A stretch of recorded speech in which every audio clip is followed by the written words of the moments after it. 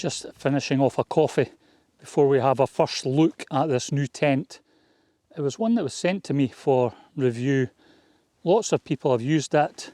I've never had one, and it's the new 2021 version. So I'm going to pitch it in a minute and we'll have a quick look. Now, I've also been using this new mug, which is it's an Inferno Sterno, and it has a kind of induction finned bottom. And the reason I got it was I'd seen a video of a guy had done on YouTube from America on how he made a special adapter that would work with a really small gas stove, and you ended up with a cook system that was lighter than the new Jetboil and a lot cheaper and a lot more efficient as well. So once the bits come from the United States, I will do a demonstration and show you what it's all about. The first tent which I've been sent to review is a Lanshan Pro 1 person, and I asked for it in the bronze colour, and I also asked for the 4-season winter inner tent. I do prefer them, and I'll give you my reasons for that later. I've never owned one, and there's lots of videos about this tent out there, and to be honest, I'm curious to try one, really am. Like a lot of tents, I think the proof will be in the pudding when we try and put it back in the bag.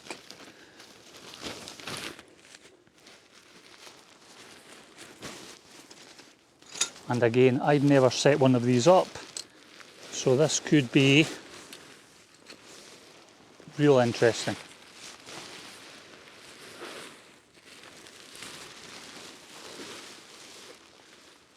Matter of fact, I will use the pegs that come with it.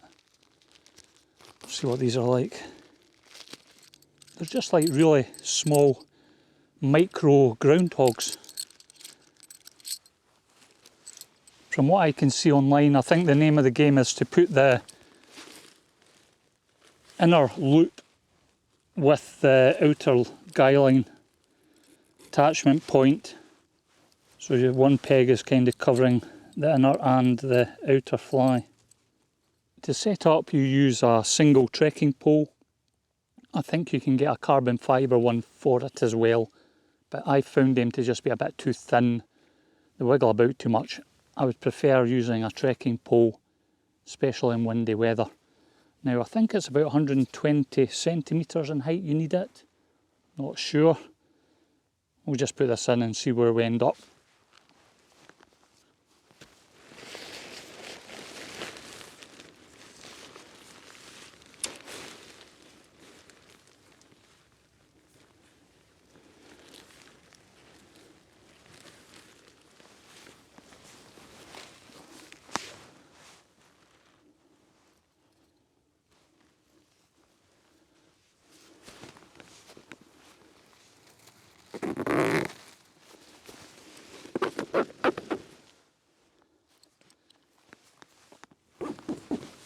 That didn't take long to set up at all. That was really quite easy. Maybe because I'm used to my geomid, but I found it an absolute doddle. The pegs may be a bit on the short side for my liking. Yes, I've done a bit of a video on that. I would probably use longer pegs, to be honest. But the setup of this is all over the YouTube. There's lots of people reviewed this already, and to be honest, I'm not entirely sure on the differences between this 2021 version and the 2020 version, other than the inner possibly. That was the reason I got it, and I wanted to review it, because the previous one, where it was all mesh, I just didn't like that. I don't like a mesh inner. I just find it a bit too drafty for my liking, especially for use in Scotland. Maybe I'm just getting an old fart, but I like my comforts. Based on that, with the original having the mesh inner, it's the height of this fly sheet. It does help with ventilation, which is why they've done it, to stop condensation. But if it's a windy night, you're going to have lots of drafts going through. I would prefer they made a version where this was maybe just 2 or 3 inches longer, you know, so you've still got a good air gap for ventilation, but it's cutting down on the wind actually getting underneath. Other than that, yes, it seems a really good tent for the money. As I said, somebody that's starting out in the wild camping or the backpacking, wanting to do the West Highland way, something like this could be a fantastic option without breaking the bank. There is one other issue though that was raised that I seen, and it was to do with this plastic clip on the front that holds the doors. There was stories of breaking, and they'd replaced it with a metal alternative. I'm not entirely sure what they used, but I'll put a link in the description below. And that was one of the main criticisms, yeah, was that potentially failing. Now, one criticism I do have is that it's not a two-way zip. That would have been excellent as well. I keep bringing this up. The option to be able to just open up the top to have a look out. Yeah. I'll also add that it has a kind of a stiffened rain cover as well. A very nice touch. One of the good things is that you can unclip both doors from the guy line and have it just wide open for ventilation, or if you want to admire the views. And this was what I was kind of on about with the mesh. Because you have quite a high front fly sheet, the wind's just going to go straight through this.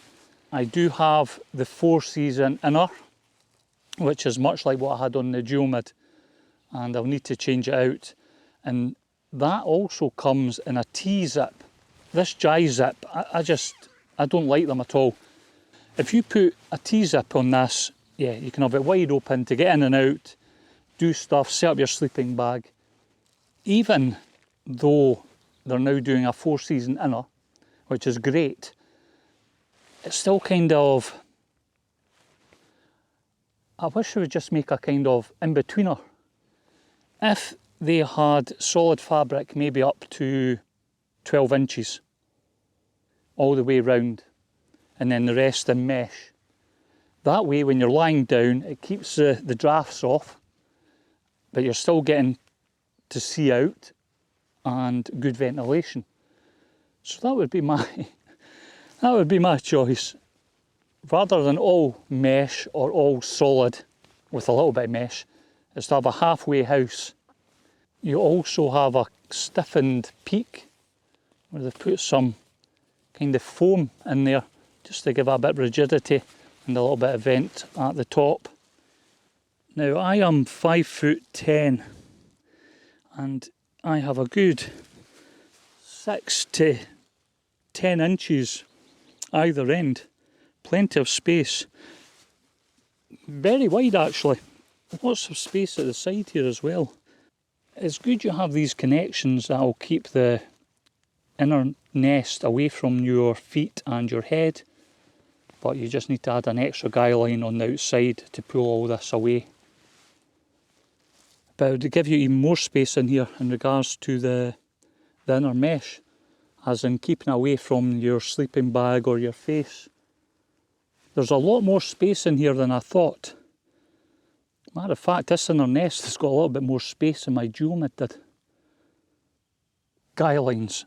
There's the two end ones, which you have to add on, but they pull the inner nest away from you to give you that bit more space. This one does the same, and this one obviously helps to tension the tent and protect it from winds coming from the rear. I personally would have loved if there was a couple more, so you could really batten the tent down in stormy weather. But that's just my, what I would like.